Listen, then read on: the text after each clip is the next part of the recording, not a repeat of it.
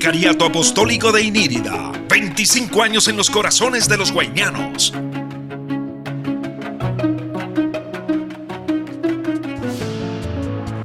Hola, ¿qué tal? Aquí, como siempre, desde el Vicariato Apostólico de Inírida en el departamento del Guainía, con su programa Hablando con María, un magazine de tipo informativo y cultural. En el mundo existen 150 millones de niños en estado de discapacidad. 80 de esos millones están en países de América Latina, países en proceso de desarrollo o en vías de desarrollo, donde muchas veces se tiene deficiencia en apoyos de formación y de tratamiento, y también muchas veces son víctimas de la violencia. Niños que tienen problemas de ceguera, auditivos, de movilidad, problemas intelectuales, dificultades de movilización y que muchas veces no tienen el apoyo suficiente para surtir estas dificultades. También es importante considerar que niñas, mujeres y personas en estado de discapacidad en algunas oportunidades son vulneradas en sus derechos, son violentadas, son maltratadas, son abusadas, son explotadas, sin tener en cuenta que muchas veces se proporciona estos abusos desde la familia y desde la sociedad. Para hablar de este tema tan importante nos acompaña en el día de hoy un profesional, Elisaín Jurado Puentes. Elisaín es experto, es licenciado en Educación Física y especialista en docencia y educación. Pero además de eso, con una trayectoria larga en el trabajo con niños y niñas en estado de discapacidad. Un programa diferente pronto está por comenzar, un magazine informativo de cultura y sociedad. Para hablar de todo un poco yo los quiero invitar a que sigan bien atentos porque ya va a comenzar. Hablando con María, hablando con María, hablando con María, hablando con María.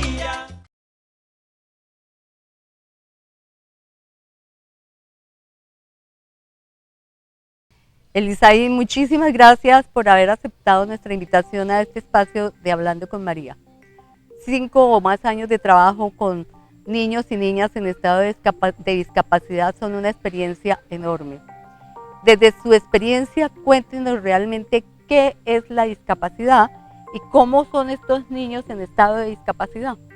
Bueno, Esperanza, muchas gracias a usted por la invitación a este bonito programa. Es una manera de visibilizar las acciones que hacemos en nuestro departamento, una iniciativa muy chévere que desde el Vicariato están presentando. Gracias por permitir este espacio para hablar de discapacidad, más que de pronto del trabajo a nivel personal, es como mirar cómo se ha venido trabajando la discapacidad en nuestro departamento. Sí. Bueno, discapacidad es un término que es muy cambiante, es un término muy variado, es un término que a veces muchas personas le tienen miedo, pero simplemente la discapacidad son las barreras que encontramos para desarrollarnos de la mejor manera en el diario vivir. En este orden de ideas, muchos de nosotros nos podemos encontrar en una situación de discapacidad. A veces creemos que la discapacidad es aquella persona diagnosticada, que es una enfermedad incluso, como es alguno de nuestros paradigmas a través de la historia, o en el peor de los casos que es una maldición, ¿cierto? Cuando viene en la parte cultural, el paradigma tradicional es que era una maldición, que a las personas con discapacidad había que esconderlas, cuando no, las personas con discapacidad es una forma de vivir y de estar en este mundo, y que nosotros, el mundo, los gobiernos, la sociedad, pues debe minimizar esas barreras para que las personas con discapacidad pues participen de las mismas condiciones que lo hacemos dentro de lo comillas las personas normales o convencionales. En este orden de idea, pues en discapacidad puedo estar yo cuando me meta al río, si yo no sé nadar, pues me encuentro en discapacidad. Cuando entro a un lugar muy oscuro y si le tengo miedo a la oscuridad, pues me encuentro en discapacidad. ¿Sí? No participo en las dinámicas de ese momento de la manera como lo pueden hacer personas De la adaptadas cotidianidad. y de la cotidianidad. En ese orden de ideas, pues la discapacidad son las barreras que presenta el mundo para poder participar y acceder a los espacios y a las actividades de manera equitativa y equilibrada.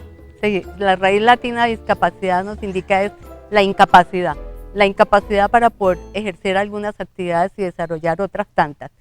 ¿Cuántas clases de discapacidad tenemos nosotros realmente conocidas en el mundo? Bueno, actualmente, bajo la resolución 103 del 2020, del año pasado, tenemos 7 tipos de discapacidad. Esta resolución es del Ministerio de Salud, que habla de las certificaciones para las personas con discapacidad. ¿Hay Es decir, certificaciones del para ministerio? certificarnos, es como tener la identificación, el registro de que soy una persona con discapacidad.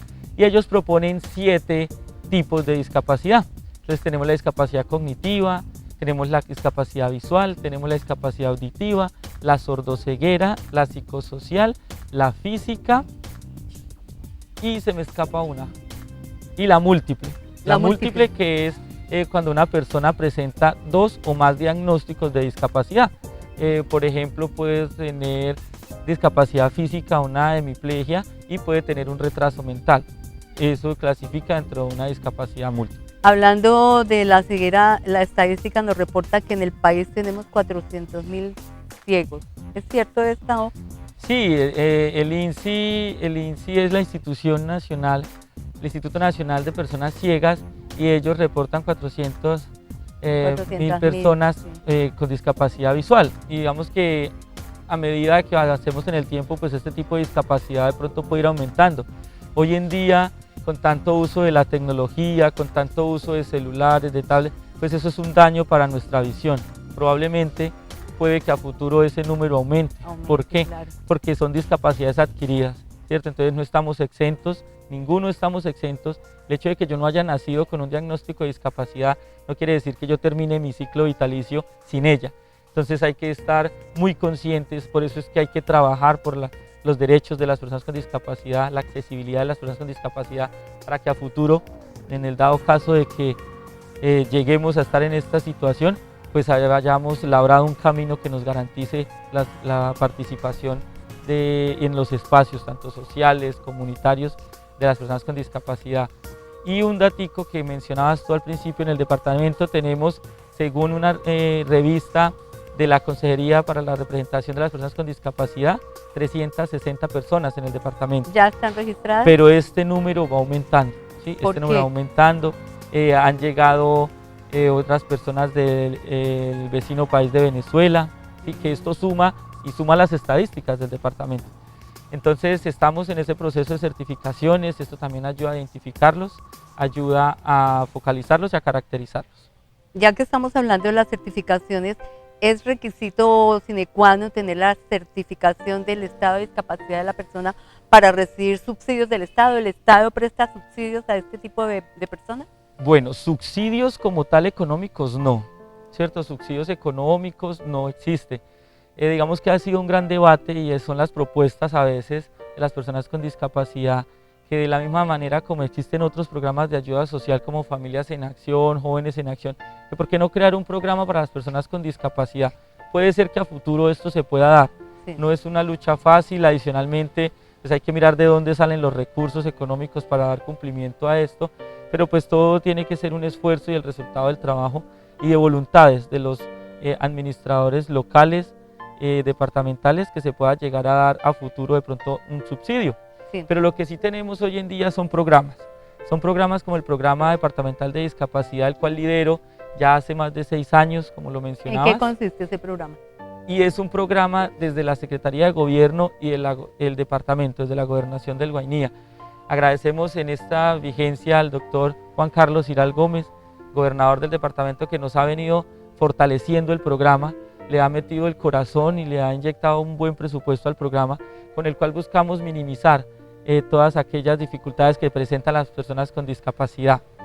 El programa actualmente tiene beneficiadas a 80 personas, ¿sí? Tal vez el número como tal, comparado a los 360, no son mucho, sí, pero también es cierto que hacer un esfuerzo para sostener un programa para 80 personas es un enorme. esfuerzo grande y es un esfuerzo económico grande. Grande, sí. El programa tiene más de 500 millones de pesos al año, que si a veces los ponemos en números, si dimos esos 500 millones de pesos en las 80 personas y lo diferimos al año, son 30.000 pesos mensuales. Nada, ¿Qué eso sí. qué sería? Entonces Nada. es preferible, en lugar de darle esa plata de manera económica, montar un buen programa, mirar las opciones. En este momento estamos en el proceso de licitación de poderles dar la remesa para preparar en casa a cada persona con discapacidad en aras de que su nutrición y su alimentación se garantice día a día. El programa también cuenta con un apoyo psicosocial en articulación con la Alcaldía de Inírida, donde tenemos una trabajadora social. También tenemos un apoyo de psicología desde la Secretaría de Salud Municipal, y desde la Gobernación pues ponemos a disposición talleres de emprendimiento, como lo es un proyecto de panadería, proyecto de artesanías, proyecto de manualidades. También tenemos la parte de talleres artísticos, como lo es música, danza, y actualmente tenemos un grupo de danza Nuevo Horizonte y un grupo de música Nuevo Horizonte. Lo curioso del grupo de música Esperancita es que está compuesto por personas con discapacidad visual, Lindo. que en su vida tocaron instrumentos Y y hoy hasta que están artistas. en la condición de sin luz en sus ojos, tocan instrumentación, y hacemos presentaciones, serenatas, Sí, y la los he idea es escuchado, seguirles potencializar escuchado. estas capacidades. El hecho de no contar con un sentido no quiere decir que paremos, por el contrario, es abrirnos otras puertas a Tener otro otros mundo. horizontes. Sí, señora. Bueno, vamos a una pausa comercial y retornamos. Buenos días, Pablo. Tu ritmo de sueño ha sido muy bueno. Te propongo una canción para este gran día. Vas muy elegante para tu entrevista. Repasa la información de la empresa, ya sabes. Sé decidido y no te olvides de sonreír. Bienvenido a nuestro proceso de selección.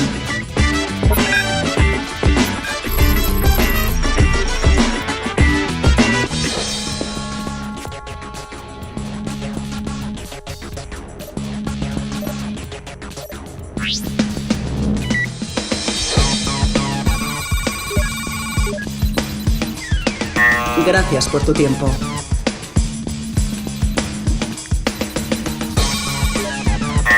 Gracias por tu tiempo.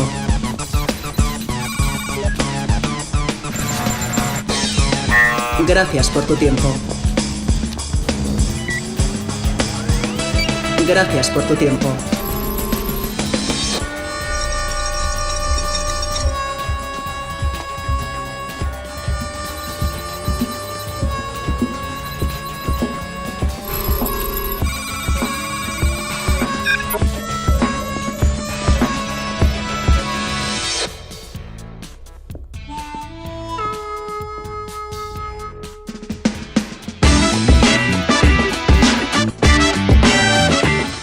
Gracias por permanecer con nosotros.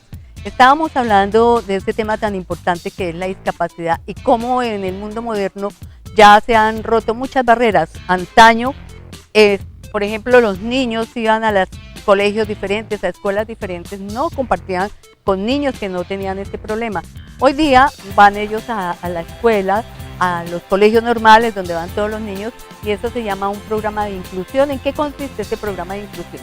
Bueno, Esperanza, recordemos que la idea es garantizar los derechos de las personas con discapacidad, y desde la normatividad de la Ley Estatutaria de Discapacidad, que es la 1618 del 2013 para nuestro país, pues uno de los derechos principales es la educación. Entonces, desde la Consejería para la Representación de las Personas con Discapacidad y otros tipos de espacios, pues se han venido trabajando cómo garantizar todos los derechos, y en especial el de la educación. Entonces sale el decreto 1421 del 2017, el cual habla de la inclusión de los niños con discapacidad dentro de las aulas de clase o dentro de las instituciones, y crea toda una normatividad para poder ajustar, no el niño, ni el pénsulo académico, sino cómo ajustar los contenidos, cómo ajustar las Los dinámicas currículos. para poder lograr los diferentes objetivos del curso. En este orden de ideas, pues los educadores especiales juegan un papel muy importante dentro de la institución educativa, de tal manera que haciendo una evaluación psicopedagógica, pues detecten las capacidades del niño, y de esta manera poder aterrizar de manera articulada los objetivos propuestos a para que el niño con discapacidad o el estudiante con discapacidad las desarrolle. Esto es lo que llamamos un PIAR, un plan integral de ajustes razonables. Bueno, esto me parece supremamente importante porque cuando llegamos a la escuela tradicional, donde están los niños que nosotros decimos son normales, que no tienen ningún tipo de discapacidad, muchas veces estos niños no saben asumir un comportamiento frente a los niños que tienen algún tipo de discapacidad. Entonces de pronto son agresivos, de pronto son violentos en los juegos, muchas veces les pueden hacer bullying. ¿Cómo manejar esta situación de los niños? De una parte esto, de otra parte, en el aula o en la escuela, me imagino que tienen aulas específicas para este niño que llega con discapacidad y los maestros, por ejemplo, cuando los niños son mudos, tienen que utilizar el lenguaje de señas visual. Cuando son ciegos, braille. Cuando tienen síndrome de Down, ¿van a la escuela también según el nivel del síndrome o cómo hacen para valorar esto? Bueno, Esperancita, inicialmente no se dice mudos, ¿sí? Porque ellos no son mudos. Ellos tienen sus cuerdas vocales funcionando, ellos emiten sonidos. Lo que sí tienen es que son sordos, ¿cierto? Ellos nunca han escuchado de pronto cómo son los fonemas, entonces por eso no los articulan, pero por eso utilizan la lengua de señas.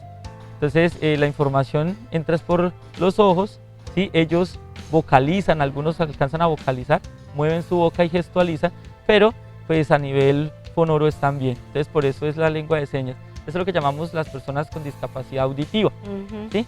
Y pues más que mudos, pues son sordos.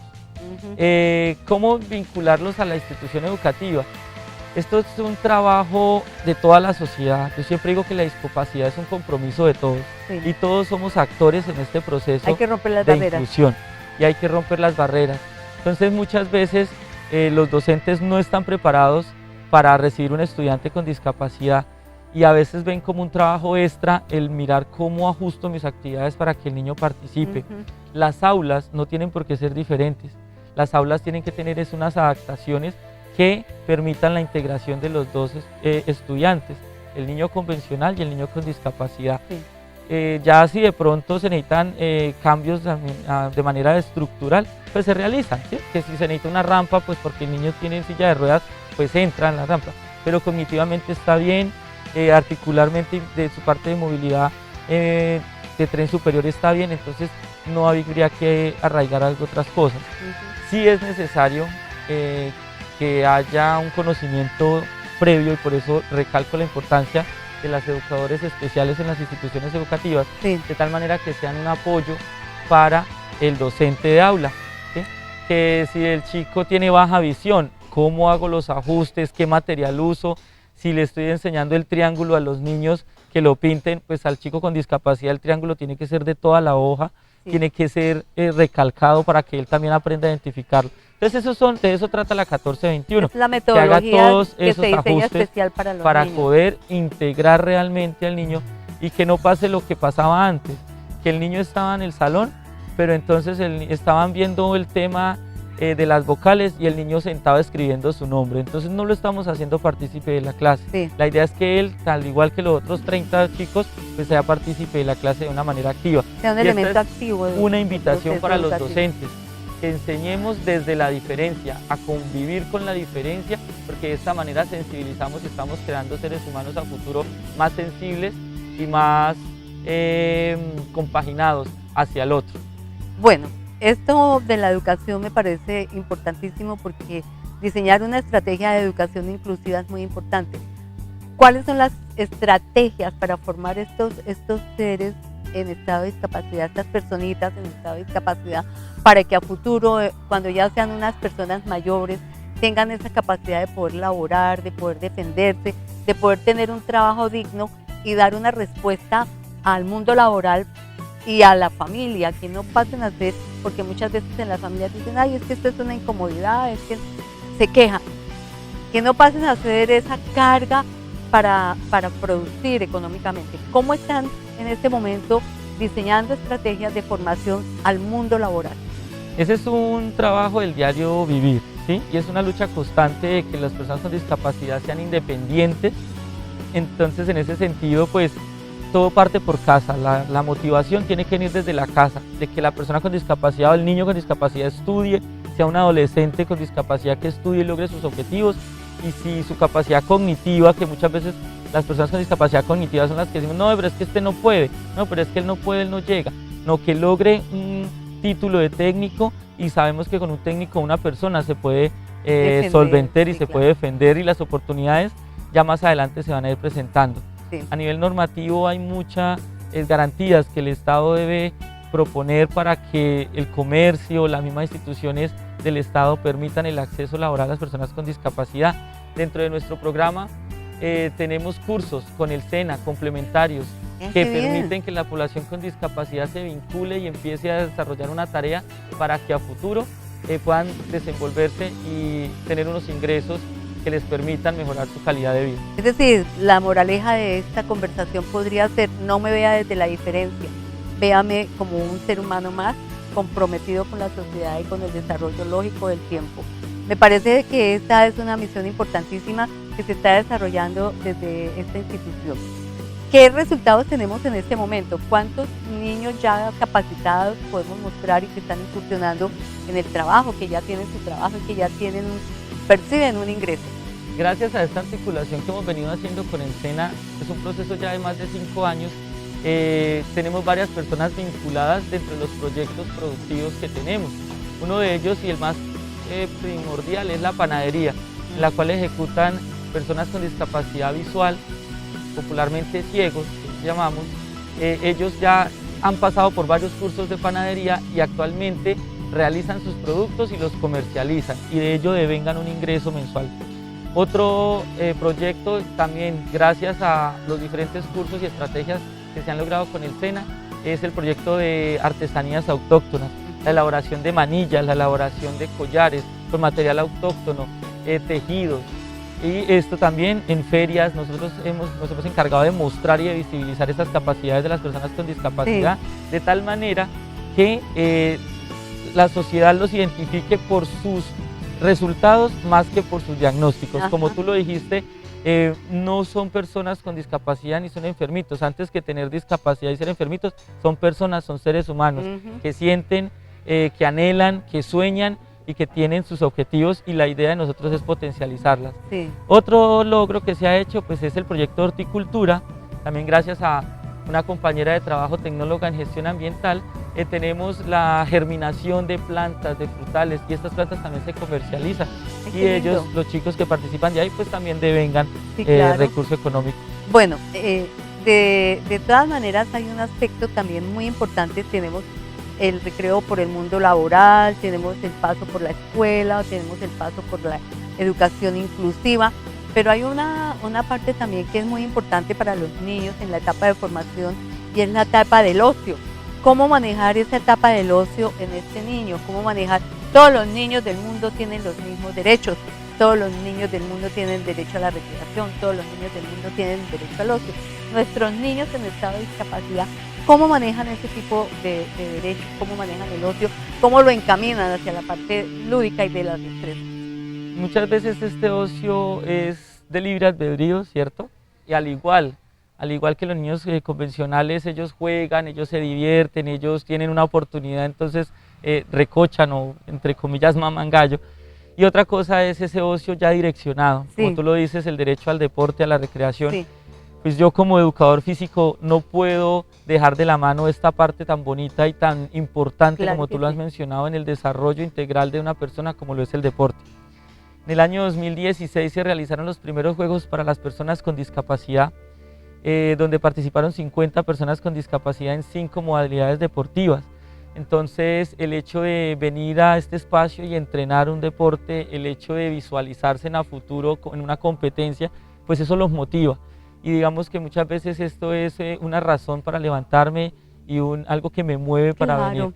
En el 2017 se repitieron estos Juegos con una participación ya de 70 personas con discapacidad. Y para el año 2018 llevamos una delegación de 5 chicos con discapacidad a la ciudad de Villavicencio a participar en unas olimpiadas que organiza una institución educativa de Villavicencio, dentro de los cuales quedamos en primer lugar en 100 metros, sí, quedamos en segundo lugar en 100 metros en atletismo, y en natación también quedamos en segundo lugar en 50 metros. Entonces son logros que ellos van alcanzando. Y en el año 2019 logramos salir a unas Olimpiadas FIDES en la ciudad de Bogotá. FIDES es una fundación de personas con discapacidad cognitiva que hacen un trabajo grandísimo, están en todo el rescatando las capacidades de las personas y le apuestan mucho a lo artístico, a lo deportivo. En el 2019 fueron las Olimpiadas Deportivas y logramos participar como departamento. Llegábamos 2 chicos y uno de ellos trajo medalla de oro en atletismo 100 metros compitiendo contra chicos de México. Entonces se trata de motivación, se trata de darles la oportunidad y de que ellos muestren sus capacidades, que siempre los visibilicemos por sus capacidades. Veo que aquí en la institución tienen una dotación completa en muchas cosas. Tienen la piscina para el ejercicio de la terapia, tienen la sala de música, tienen sala de pintura, tienen sala para trabajo de panadería y cocina. ¿Cómo hacen para mantener esta infraestructura, para mantener estos servicios? ¿Los niños que llegan aquí tienen que pagar alguna mensualidad o esto es subsidiado por el Estado? Este es un programa de la Gobernación del Guainía, de la Secretaría de Gobierno. El recurso económico y la financiación, pues en su gran parte de estas instalaciones pues, es de la Gobernación del Guainía. Estamos a cargo como administración de tener este lugar bonito, ¿cierto? De poderlo dotar en aras de poder ampliar nuestro portafolio de servicios. Así fue como se adquirió la piscina, donde hacemos algo que se llama aula húmeda y son terapias acuáticas para personas con discapacidad física. También tenemos una profesional en fisioterapia que hace toda la parte de neuro y de rehabilitación física, un trabajo muy chévere, muy pedagógico, muy articulado desde el área también de la educación, que permite pues generar esos estímulos a aquellos chicos que tienen diagnósticos complejos de discapacidad como cuadraplegias. Entonces generar esos estímulos. Vicariato Apostólico de Inírida, 25 años en los corazones de los guainianos. Por lo menos se sienta, que podamos sentir por medio de la piel muchas cosas. Los talleres de música, el salón de música pues ayuda a potencializar esos talleres que hemos venido haciendo de música y danza. Y lo de pintura pues todo lo que tiene que ver con motricidad. Entonces este es un resultado de años de trabajo, de iniciativas y apuestas desde la administración departamental que le ha metido la ficha. Las administraciones han hecho un buen trabajo de inversión en este trabajo social y que día a día esperamos que ese capital aumente y estamos trabajando también y de la mano con el señor gobernador para poder sacar la política pública departamental de discapacidad. Esto nos va a ayudar de manera inmensa a seguir garantizando los derechos de las personas con discapacidad y que día a día pues la calidad de vida de las personas con discapacidad pues sea la mejor. Claro. Bueno, veníamos en una información muy completa de las actividades y de los programas que se desarrollan en esta institución. Hay algo que me preocupa y es que llevamos ya 2 años de pandemia y 2 años de pandemia generan crisis en el desarrollo, crisis en la continuidad de los programas, crisis económica y muchas veces también crisis en nuestros pequeños estudiantes que pueden dejar esa disciplina del trabajo y esa motivación. ¿Cómo están haciendo ustedes para superar esta difícil situación? Bueno, el año pasado con el encuentro de la pandemia fue un momento como de choque para todos, ¿no? Digamos que para nosotros como funcionarios el crear la estrategia de cómo vamos a llegar ahora a la población y los chicos pues cómo voy a perder esa rutina que he generado de estar asistiendo el día a día a las instalaciones de la unidad y ahí empezamos como a generar esos cambios. Pues el profe de danza ya no dictaba su clase de 1 hora a los 10 chicos, sino ahora dictaba 10 clases en una casa diferente. La educadora especial priorizó los chicos que más necesitaban ese apoyo pedagógico y se dedicó a ir casa por casa. ¡Qué lindo! Porque la idea es seguir trabajando, la idea no era parar. Entonces el año pasado hicimos todos estos esfuerzos. Fue algo complejo llegar hasta cada rincón, hasta cada comunidad, llegar a la casa, visitarlo 1 o 2 veces a la semana. Las terapias pues prácticamente todas empezaron a ser domiciliarias. Y este año hemos empezado a trabajar de manera alternante, ¿sí? Entonces estamos trayendo, según las habilidades que se van a trabajar el lunes, pues vienen 12 niños. Según las habilidades que se van a trabajar el martes, vienen 12, 15. Y cumpliendo todos los protocolos de bioseguridad, que nuestro tapabocas, que las instalaciones con un buen aseo antes del ingreso de los chicos con discapacidad, Sí, porque la idea es darle continuidad al proceso, no parar, sí, claro. y que si nosotros como personas convencionales estamos de pronto ya cansados de esta crisis que ha generado la pandemia, las personas con discapacidad terrible. todavía más, y más los jóvenes con discapacidad, porque nosotros aquí en el programa tenemos toda la edad vitalicia, están chicos desde los 4 años hasta abuelos de los 70 años, entonces Sí, tenemos, todos tenemos un nivel de desespero diferente. sí, claro. Los más pequeñitos quieren estar más en movimiento y seguramente los activos más abuelos por la quieren edad. estar un poquito más tranquilos, y eso es lo que buscamos Ya generarles que desde el estás programa. hablando de las edades, ¿qué edades tenemos acá? ¿De qué edad a qué edad? De Y- 4 a y- 70 años. ¿A 60 A años? 70, Sí. sí señora. ¿Y son las mismas lineamientos de trabajo, de capacitación? No. ¿O varía por la No, edad? ya varía, pues porque digamos que también las dinámicas, o sea, las dinámicas que se manejan es los que están en las edades más jóvenes, algunos están en colegios y nosotros articulamos trabajo con la Secretaría de Educación y el programa de necesidades educativas especiales. Los más adultos, lo que más necesitan ahorita son citas médicas, remisiones, entonces hacemos estrategias y alianzas con la Secretaría de Salud, el hospital. Los de la edad central pues están en esa capacidad de ejercer algo laboral, entonces son los que más participan en los talleres y demás. Entonces todo el trabajo que aquí pensamos de una manera muy pedagógica y muy estructurada es apuntarle a atenderlos según las necesidades, obviamente teniendo en cuenta los rangos de edad. Bueno, ya casi para finalizar nuestro espacio, el mundo moderno ha hecho que esto de la discapacidad no sea un impedimento para que las personas tengan ese libre desarrollo y ese libre albedrío. Pero esto lo han hecho facilitando la parte de la arquitectura, la parte del diseño de vías, los puentes, los caminos, superando esas barreras para que la gente pueda fluir mejor y más dinámicamente. Aquí en nuestro departamento, ¿cómo estamos haciendo para que estas personas no sientan esas barreras arquitectónicas, no sientan esas barreras urbanísticas y tengan una confianza en el desplazamiento? Uno. Lo otro, también se está haciendo uso de animales ayudantes, que son animales guías, animales cuidadores, animales compañeros. Nosotros estamos trabajando aquí en eso. Y lo otro, por ejemplo, para las personas que no tienen visión, se tienen los bastones, son de dos tipos, los rojos y los blancos. Nosotros también tenemos uso de eso aquí, o cómo vamos en esta parte de mejorar la calidad en el desplazamiento y en la calidad de vida de nuestras personas en estado de discapacidad.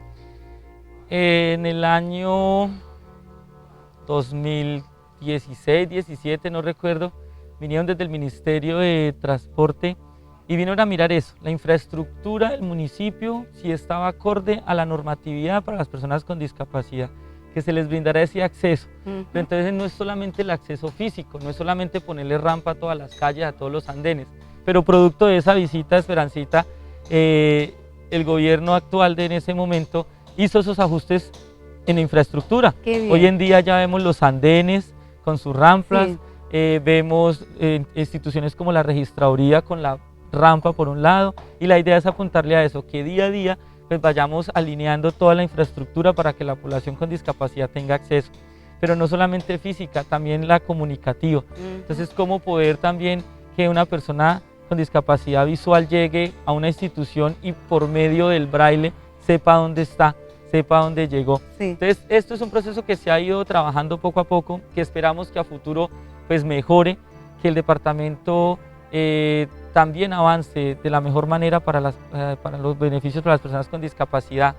En cuanto a la parte del uso como medio o herramienta de ayuda para las personas con discapacidad, como los animales, los caballos, los mismos perros, ¿sí? Que son los caninos guías, pues acá todavía no estamos implementando ese tipo de trabajos.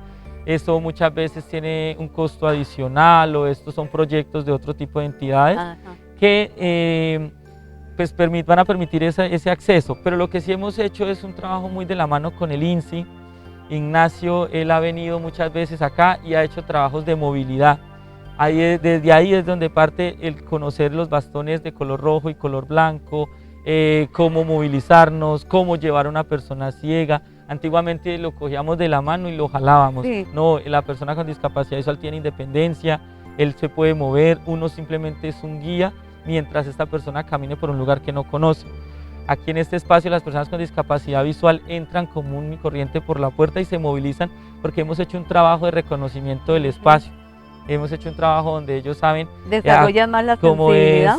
hasta dónde llega el pasillo, dónde giro, dónde ya tengo que volver a girar, pero pues esto es obviamente de adaptación y en los lugares que ellos más frecuentan pues es la idea que ellos los memoricen y participen. Bueno, pues de todas maneras es una tarea muy grande, es una labor importantísima. Y una última pregunta que me asalta una duda. Nosotros somos un departamento eminentemente étnico, con una composición étnica alta, casi un 80%. ¿Cómo encontramos nuestras comunidades indígenas en este sentido? ¿Tenemos altos índices de niños y niñas en estado de discapacidad o superan Sí, claro. esta barrera? Obviamente si estamos en un departamento con la mayor población indígena, pues lo más común es que el mayor número de poblaciones de personas con discapacidad sea indígena. Sí. En muchas comunidades están las personas con discapacidad indígena y el trabajo desde el programa es lograr esa sensibilización a la comunidad para no que los hagan rechacen. partícipes, para que, como te mencionaba, salgamos de ese paradigma tradicional, de ese paradigma religioso y entremos en ese paradigma de los derechos humanos y por el contrario sean apoyo en el desarrollo de esa persona entre las dinámicas de la comunidad. Estamos trabajando en eso, ahorita viene todo un trabajo de política pública donde vamos a hacer talleres de sensibilización para potencializar este tipo de acciones en las comunidades indígenas. Bueno, hasta aquí llegamos con este espacio de Hablando con María. Nos quedan muchos temas para tratar, creo que tenemos la oportunidad de un segundo programa, porque definitivamente este tema de la discapacidad es un tema muy importante y de nunca acabar, más en esta época del siglo XXI, donde tenemos una cantidad de metodologías y de equipamiento que es fabuloso y que ayuda a restituir las incapacidades del ser humano.